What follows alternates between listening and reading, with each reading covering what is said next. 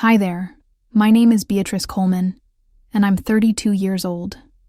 I live in Charleston, South Carolina, where the humidity clings to your skin like a second layer, and the Spanish moss drapes from ancient oak trees like nature's own curtains. I work as a marketing coordinator for a small tech startup downtown, and until last Saturday I thought I knew exactly where I stood in my family's hierarchy. Turns out, I was wrong. Let me paint you a picture of the Coleman family.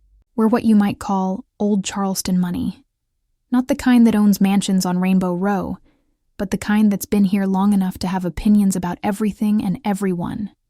My parents, Richard and Margaret Coleman, live in a beautiful antebellum-style house in the historic district, complete with a wraparound porch and a garden that my mother tends to with the same precision she applies to planning social events. My older brother, James, is the golden child. He's a successful lawyer who married his college sweetheart, produced 2 perfect children, and never once questioned the family's expectations. Then there's my younger sister, Caroline, who's pursuing her PhD in literature at the University of South Carolina, while somehow managing to look effortlessly elegant at every family gathering. And then there's me, Beatrice, the middle child who chose a practical career over prestige, who's still single at 32, and who has the unfortunate habit of speaking her mind when silence would be more appropriate. I love my family. Don't get me wrong, but I've always felt like I'm watching their lives through a window, never quite able to step inside their world of proper expectations and unspoken rules. The trouble started 3 weeks ago when my mother announced that she was throwing a surprise birthday party for my father's 70th birthday. Not just any party, mind you, but an elaborate affair with catering, live music, and a guest list that read like a who's who of Charleston's social elite. The centerpiece of the evening was supposed to be a special appearance by Jonathan Hartwell, the best-selling author who'd grown up in Charleston and recently won the Pulitzer Prize for fiction. "Beatrice, dear," my mother had said during our weekly Sunday dinner, her voice carrying that particular tone that meant she was about to assign me a task I wouldn't enjoy. "I need you to handle the decorations. Nothing too fancy. Just something tasteful for the dining room and front porch." Decorations. While James was in charge of coordinating with the caterers, and Caroline was tasked with creating a photo slideshow of Dad's life, I got decorations. It stung, but I swallowed my pride and threw myself into the task. I spent hours researching, shopping, and carefully arranging everything to create the perfect ambiance for Dad's big night. The day of the party, I arrived at my parents' house at 3 in the afternoon, my car loaded with the final touches, handcrafted centerpieces, string lights for the porch, and a custom banner I'd had made featuring photos from Dad's younger years. The October air was crisp, unusual for Charleston, and the leaves on the oak trees were just beginning to hint at autumn colors. I found my mother in the kitchen, directing the catering staff with military precision. She looked stunning in a navy blue dress that complemented her silver hair, which was styled in her signature elegant updo. When she saw me, however, her expression shifted from focused concentration to something that looked almost like disappointment. "Beatrice," she said, barely glancing at the boxes in my arms. "We need to talk." Those 4 words sent a chill down my spine. In the Coleman family, "we need to talk" was never followed by good news. I set down the decorations and followed her to the study, where my father was adjusting his tie in the mirror. He looked distinguished in his charcoal suit, but there was an uncomfortable tension in his shoulders. "Honey," my mother began, her hands clasped tightly in front of her. "There's been a change of plans regarding tonight's arrangements." "What kind of change?" I asked, though something in my gut already knew I wasn't going to like the answer. My father cleared his throat. "Well, you see, Jonathan Hartwell specifically requested a more intimate gathering.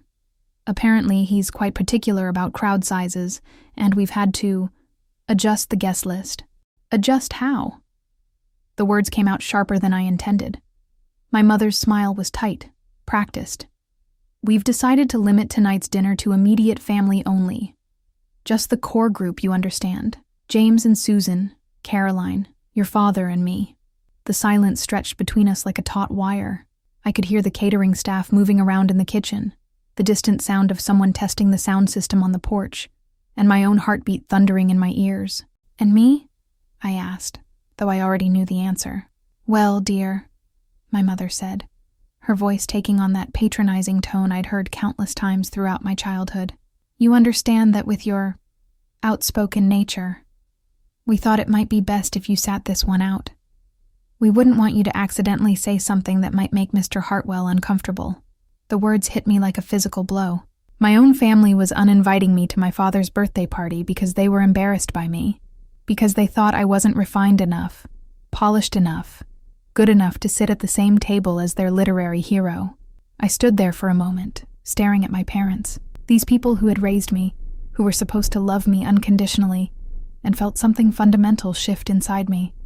The hurt was there, raw and immediate, but underneath it was something else, something that felt like freedom. "I see," I said quietly.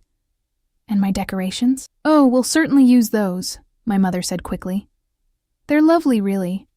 It's just that I'm not." My father shifted uncomfortably. "Beatrice, that's not what we're saying."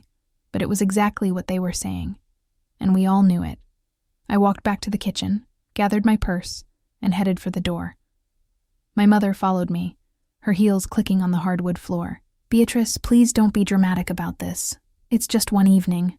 I turned to face her, and for the first time in my life, I saw my mother clearly, not as the elegant, sophisticated woman I'd always tried to emulate, but as someone who valued appearances over authenticity, status over substance. "You're absolutely right, Mom," I said, my voice steady despite the tears threatening to spill over. "It is just one evening. But it's also the evening I finally understand exactly what my family thinks of me." As I walked to my car, I could hear the sounds of preparation continuing behind me. The clatter of dishes, the murmur of voices, the testing of microphones. Life was moving forward without me, just as it always had. The difference was that now I finally understood that it wasn't my fault. I drove home through the winding streets of Charleston, past the historic homes and manicured gardens, past the tourists taking pictures, and the horse-drawn carriages clip-clopping over cobblestones. The city that had always felt like home suddenly felt like someone else's stage, a place where I'd been playing a role that never quite fit. Back in my apartment, I sat on my couch and stared at the wall, trying to process what had just happened. My phone buzzed with a text from Caroline. "Sorry about tonight. Maybe we can have lunch tomorrow?" I didn't respond. I couldn't, because lunch tomorrow wouldn't change the fact that when it mattered, when they had to choose between their image and their daughter, they chose their image. And I finally understood that no amount of trying to be what they wanted would ever be enough. But as I sat there in the growing darkness, something else began to take shape in my mind. An idea that was equal parts terrifying and exhilarating, because if my family thought I wasn't good enough for their precious dinner party, maybe it was time to show them exactly what they were missing. The evening was far from over, and neither was I. The next morning, I woke up with a clarity I hadn't felt in years. The hurt was still there, settled deep in my chest like a stone, but alongside it was something else, a determination that surprised me with its intensity. I made coffee, sat at my kitchen table, and opened my laptop. If my family wanted to exclude me because they thought I wasn't sophisticated enough for Jonathan Hartwell, then maybe it was time I learned more about the man who had apparently become more important to them than their own daughter. I spent the morning researching everything I could find about Jonathan Hartwell. Born in Charleston 38 years ago, he'd left for college at 18 and never returned, except for brief visits. His novels were known for their unflinching examination of family dynamics and Southern culture, with particular attention to the way tradition could both nurture and suffocate. His latest book, The Weight of Magnolias, had won the Pulitzer Prize for its portrayal of a family whose obsession with maintaining appearances ultimately destroys them. The irony wasn't lost on me.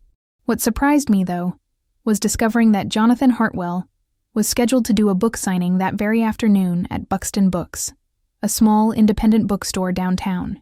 According to the event listing, it was a last-minute addition to his schedule, squeezed in before his appearance at what the website discreetly referred to as a private dinner engagement.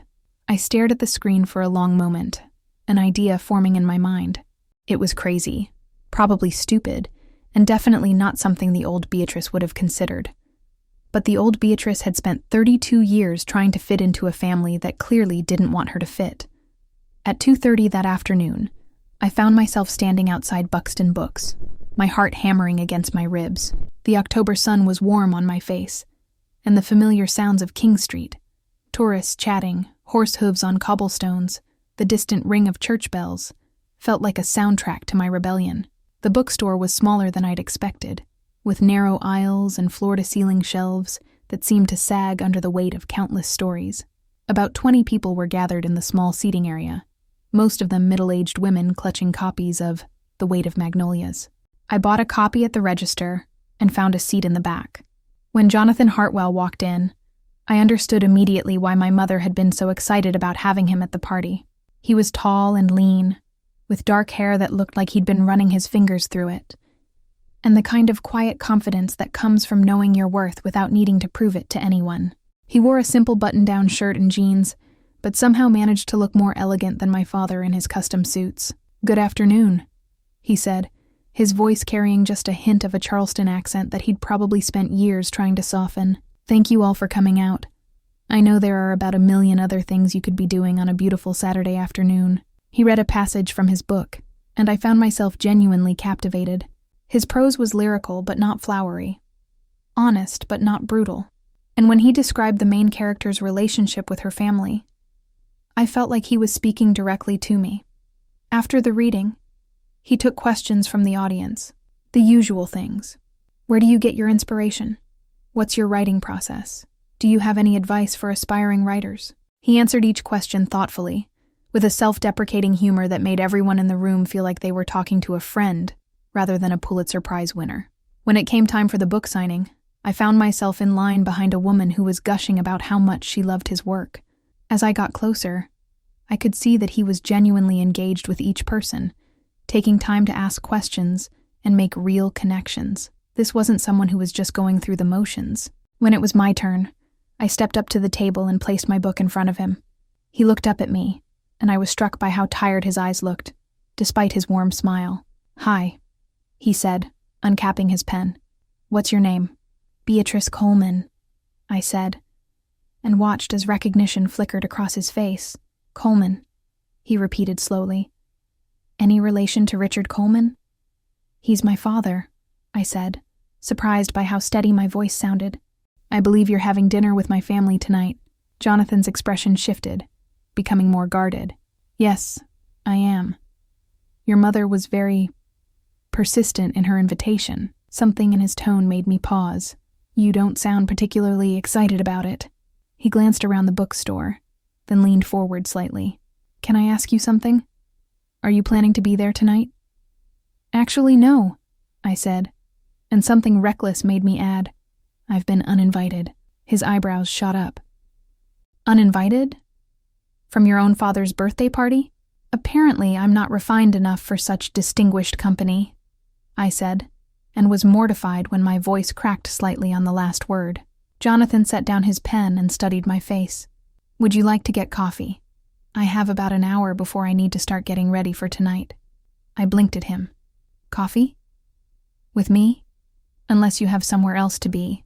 20 minutes later, we were sitting in a small cafe on Broad Street, sharing a table by the window. Jonathan had ordered black coffee. I'd gotten a chai latte, which I immediately regretted as too unsophisticated. But when I mentioned this, he laughed.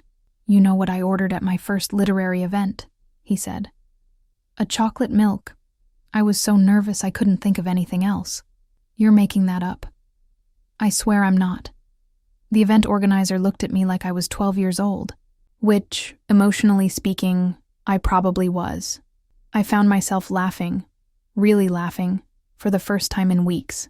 "So why did you agree to come to my father's party? You don't seem like the type who enjoys stuffy social events." "I don't," he said, stirring his coffee absently. "But your mother mentioned that your father was a longtime reader of my work, and that he'd been particularly moved by my latest book. As a writer, you never know who your work is going to reach, and when someone tells you that your words have meant something to a reader, well, it's hard to say no, even when the someone is my mother, and she can be a bit intense?" "A bit intense," he repeated with a smile. "That's diplomatic. She called me 6 times yesterday to confirm details about dietary restrictions and seating arrangements. I was starting to wonder if I was having dinner with your family or being inducted into some kind of secret society." I nearly choked on my chai. "That sounds like my mother. She approaches social events like military campaigns, and you're the casualty of war.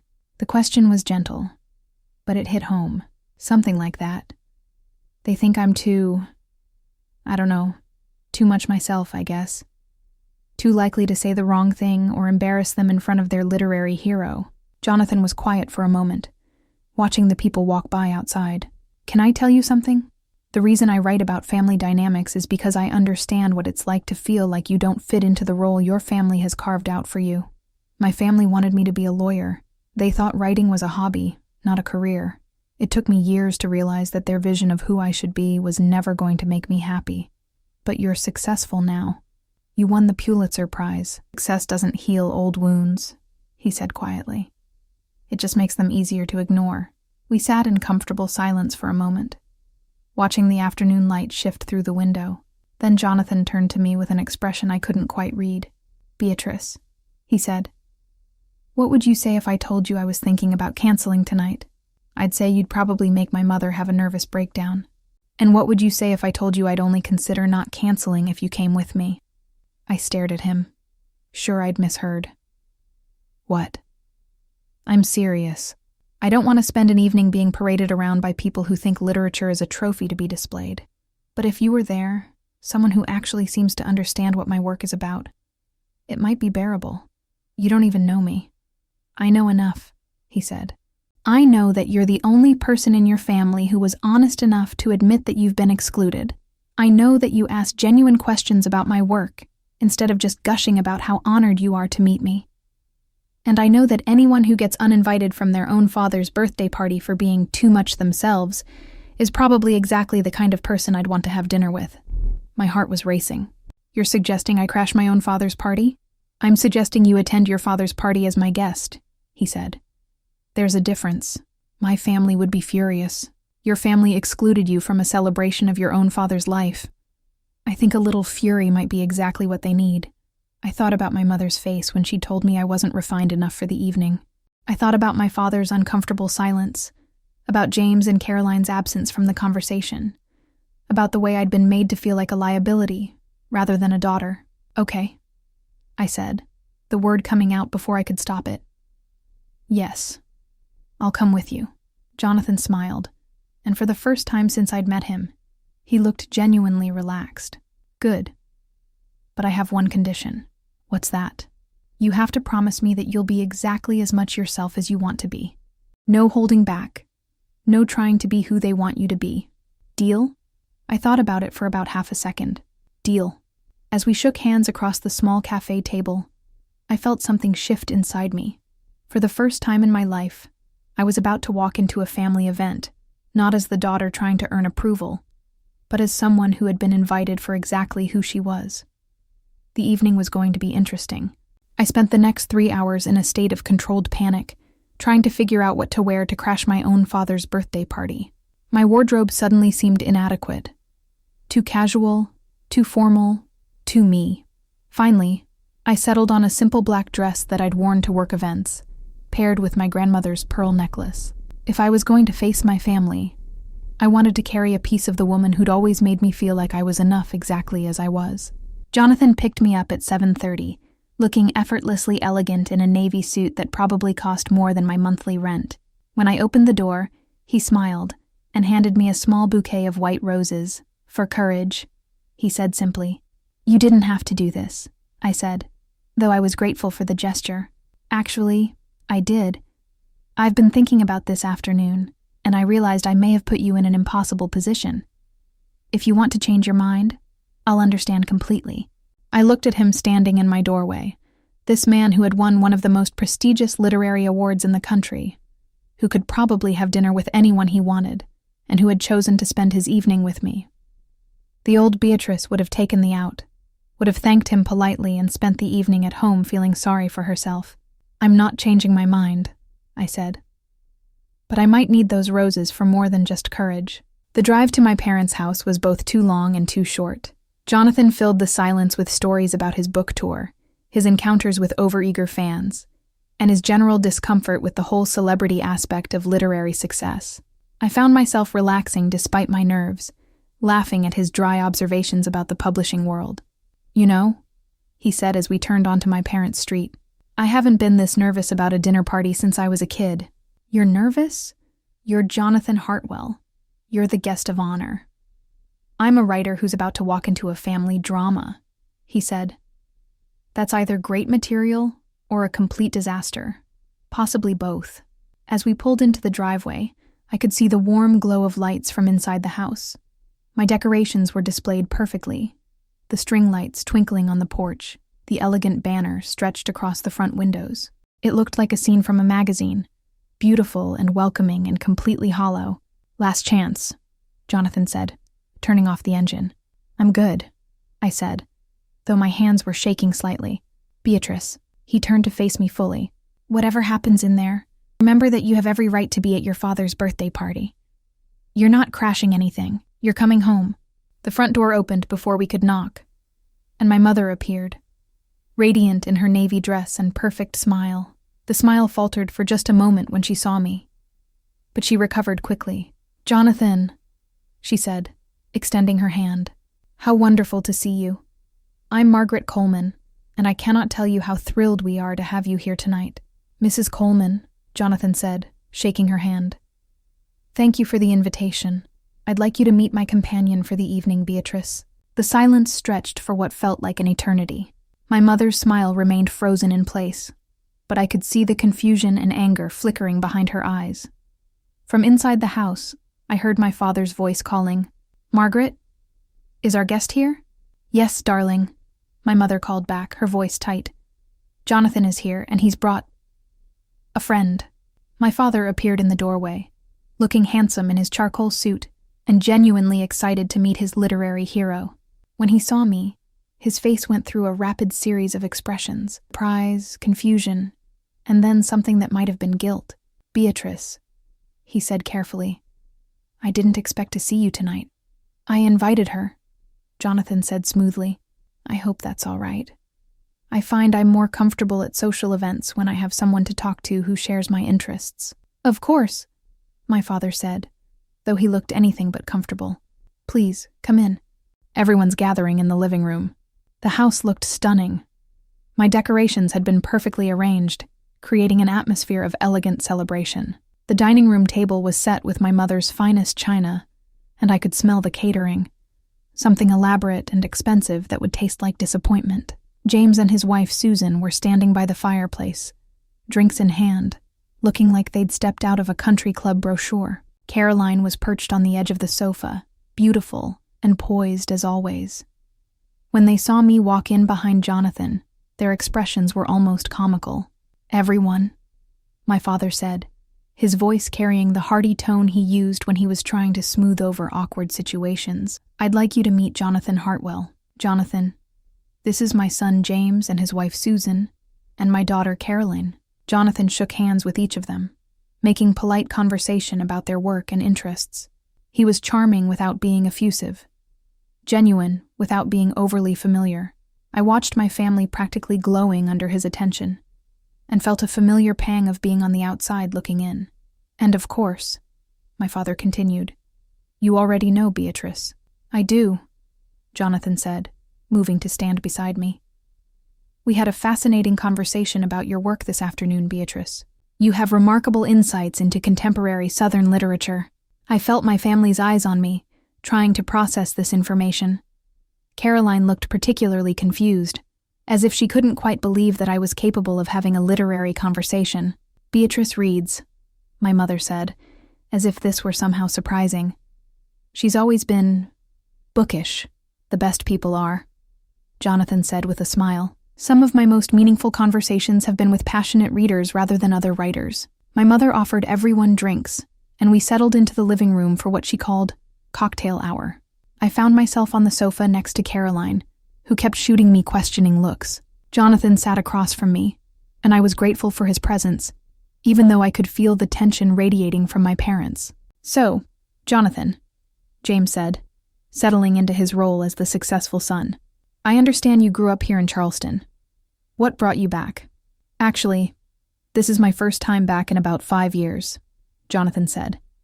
I've been living in New York, and I tend to get caught up in the pace of city life. But your mother's invitation gave me a reason to come home and reconnect with my roots. "And what do you think of how the city has changed?" Susan asked, clearly trying to make conversation. "It's more crowded, more commercialized," Jonathan said. "But the heart of it is still here. The stories, the connections between people, the way family history shapes everything. That's what I tried to capture in my latest book." "Yes, we've all read it," my mother said quickly. "Beautifully written, though quite heavy emotionally. Family stories often are," Jonathan said, and I caught him glancing at me. The weight of expectations, the pressure to be something you're not, the way love can sometimes feel like a cage. These are universal themes, but they're particularly pronounced in Southern families. The room fell silent. I could practically hear my family's collective realization that Jonathan Hartwell understood exactly what kind of family he was dining with. "Well," my father said, standing up with forced cheerfulness, "shall we move to the dining room? I believe dinner is ready." As we made our way to the table, Jonathan fell into step beside me. "How are you doing?" he asked quietly. "Honestly, I feel like I'm watching a play where I know all the lines, but I'm not sure what character I'm supposed to be playing." "Then don't play a character," he said. "Just be Beatrice." The dining room looked perfect, just as I'd known it would. The centerpieces I'd made were displayed prominently. The lighting was warm and inviting, and the table was set for 6 instead of the original 5. I wondered if they'd hastily added a place setting, or if they'd always planned for the possibility of a guest. My father sat at the head of the table, with my mother to his right and Jonathan to his left. I was seated next to Jonathan, with Caroline across from me, and James and Susan at the other end. The arrangement felt strategic, as if my parents were trying to minimize the chances of me saying something embarrassing. "So, Jonathan," my mother said as the first course was served, "tell us about your writing process. Do you have a particular routine?" As Jonathan answered, describing his daily schedule and creative habits, I found myself studying my family. They were all leaning forward, hanging on his every word, asking follow-up questions, and making appreciative comments. It was the same attention they'd never quite paid to anything I'd said. "What about you, Beatrice?" Jonathan said suddenly, turning to me. "You mentioned this afternoon that you work in marketing. Do you find that your work influences how you read? Do you think about audience and messaging when you're reading fiction?" The question caught me off guard, but in a good way. "Actually, yes," I said, warming to the topic. "I think marketing has made me more aware of how authors build emotional connections with readers. Like in your book, the way you use specific details about Charleston, the sound of church bells, the smell of jasmine, the weight of humidity. It creates this immediate sense of place that makes readers feel like they're home, even if they've never been here." "That's exactly what I was trying to do," Jonathan said, looking genuinely pleased. "Too many writers think setting is just backdrop, but it's really another character in the story. And the way you handled the mother-daughter relationship," I continued, feeling more confident now. "You could have made the mother a villain, but instead you showed how her need for control came from her own fear of losing status. It made her more human, more tragic." "I'm impressed," Jonathan said. "You've really thought about this." I glanced around the table and saw my family staring at me as if I'd just performed magic. Caroline looked particularly stunned, as if she'd never heard me express a complex thought before. "Well," my mother said, her voice carrying a note of surprise, "I had no idea you'd analyze the book so thoroughly, Beatrice." "I analyze everything I read," I said. "I always have." "She does," my father said suddenly. "I remember when she was in high school. She'd stay up late reading, and then come to breakfast with these elaborate theories about whatever book she'd finished. I always thought she should have studied literature. I suggested that," I said quietly. "You told me marketing would be more practical." Another uncomfortable silence fell over the table. Jonathan was watching the exchange with the kind of intense attention I imagined he brought to observing human behavior for his writing. "Practical can be valuable," he said diplomatically, "but so can passion. The best work usually comes from combining both." As dinner progressed, I found myself relaxing into the conversation. Jonathan had a gift for drawing people out, for asking questions that made even mundane topics interesting. But more than that, he kept bringing me into the discussion, asking for my opinions, building on my comments, treating me like someone whose thoughts mattered. It was intoxicating, being seen like that. And as the evening went on, I began to notice something else. My family was seeing me differently too. They were listening when I spoke, asking follow-up questions, treating me like a person rather than a problem to be managed. But I could also see the tension building in my mother's shoulders, the way her smile was becoming more fixed with each passing moment. She wasn't stupid. She knew exactly what was happening, and she wasn't happy about it. The reckoning was coming. I could feel it building like a storm on the horizon. And for the first time in my life, I was ready for it. The storm broke during dessert. My mother had just served her famous bourbon pecan pie, the recipe she'd inherited from her grandmother and guarded like a state secret, when Jonathan made a comment that changed everything. "You know, Mrs. Coleman," he said, taking a bite of the pie, "this is extraordinary. It reminds me of something my grandmother used to make. She always said that the best recipes were the ones that carried stories with them." "How lovely," my mother said, though I could see the strain in her smile. "I'd love to hear about your grandmother's baking." "She wasn't much of a baker, actually," Jonathan said with a laugh, "but she was a storyteller. She used to tell me that every family had its own mythology, the stories they told about themselves, the roles everyone was expected to play, the truths they chose to acknowledge and the ones they chose to ignore." The temperature in the room seemed to drop several degrees. My father shifted uncomfortably in his chair, and James suddenly became very interested in his dessert. "That's a rather cynical way to look at family," my mother said, her voice tight. "Is it?" Jonathan asked mildly. "Or is it just honest? I mean, look at tonight. You've created this beautiful evening, this perfect celebration, but you originally planned to exclude one of your own daughters because you were worried about what I might think of her." The silence was deafening. My mother's face had gone pale, and I could see my father's hands clenching and unclenching on the table. "I'm sorry," my mother said, her voice barely above a whisper, "but I think there's been a misunderstanding." "Has there?"